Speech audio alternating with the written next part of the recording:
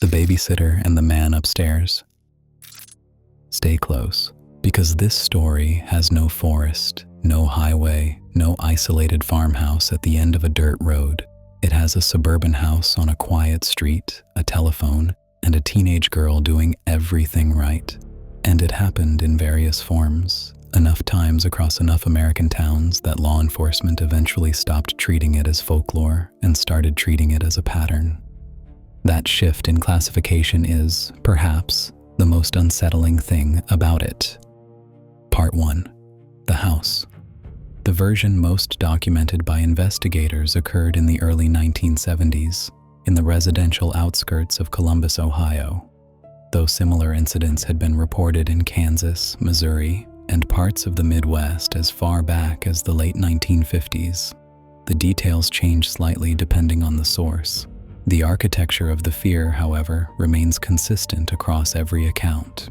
A teenage girl, 13, 15, 16 years old, responsible enough to be trusted, old enough to be left alone.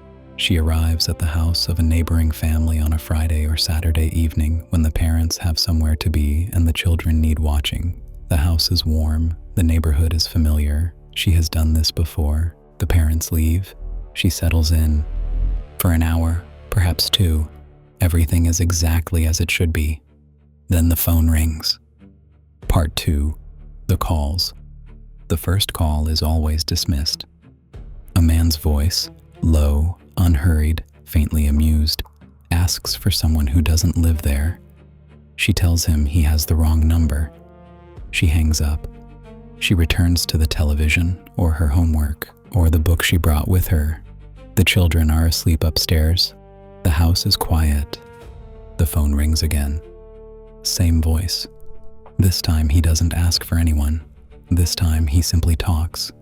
In the accounts where this detail appears, the content of what he says varies, but the tone does not. Calm, controlled, interested, as though he has all the time in the world and has decided to spend some of it on her specifically. She hangs up again. Her hands, some accounts note, are not entirely steady. The third call comes within minutes. In the documented cases reviewed by the Ohio law enforcement agencies that eventually compiled a report on these incidents, the escalation across the calls follows a pattern so consistent that investigators came to believe the caller had done this before. Perhaps many times. The voice never raises, never threatens, in the direct sense of the word. It is the intimacy that constitutes the threat, the sense growing with each call that the man on the other end of the line knows something he should not know. At some point in the sequence, she calls the operator. She asks if the calls can be traced. The operator tells her it will take time. She is asked to keep him on the line if he calls again. She agrees.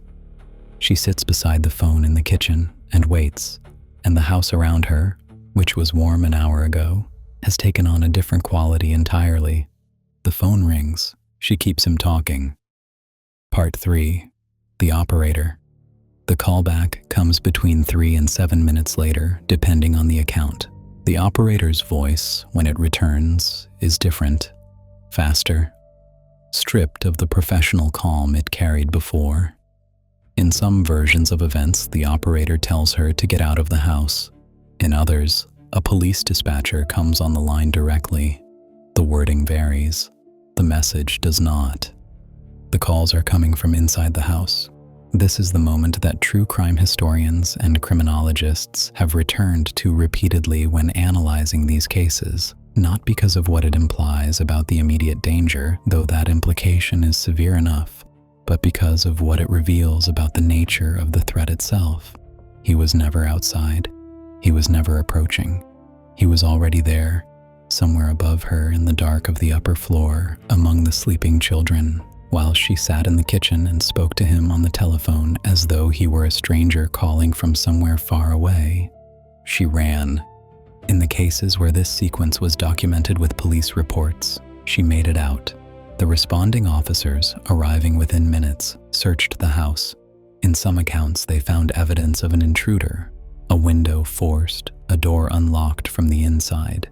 In others, the upper floor was empty. In one account filed with the Columbus Police Department in 1974, officers found a man in the upstairs hallway who had been there for an estimated 2 hours before the first call was made. The children in every documented case were unharmed. Part 4. The pattern. The reason law enforcement eventually took formal notice was not any single incident.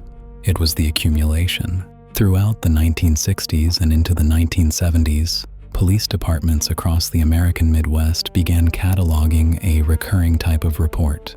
Always a teenage girl, always babysitting, always alone, always a telephone. The Federal Bureau of Investigation's Behavioral Unit, in its early years of profiling, identified the babysitter scenario as a distinct predatory pattern. The phone calls, the analysts determined, served a dual function. They were surveillance, a method of confirming who was in the house and where, and they were psychological. The caller wanted her frightened, wanted her to know, eventually, that the distance she assumed between herself and the voice was not real, that the fear itself was part of the design. Whether the man upstairs in the Columbus case was the same individual responsible for similar incidents in Kansas City, in St. Louis, in the smaller towns between them, was never definitively established. The cases were investigated separately, filed separately, and in the climate of the early 1970s, rarely cross-referenced with enough discipline to build a coherent picture. What the picture would have shown had anyone assembled it early enough is something investigators prefer not to speculate about too openly. Some doors, once opened, are difficult to close. Part 5. The folklore. By the late 1970s, the story had become something else. It had become the kind of thing teenagers told each other at sleepovers, in the dark, in exactly the conspiratorial whisper that such stories require.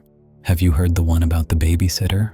It circulated through high schools and summer camps and the back seats of cars on Friday nights.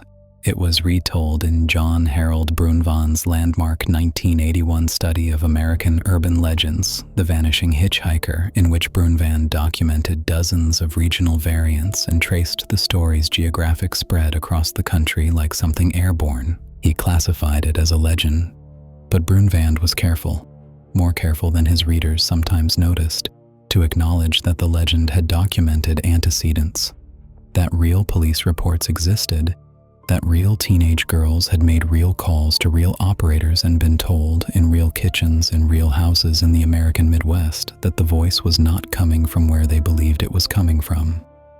The legend, in other words, came from somewhere. It always does.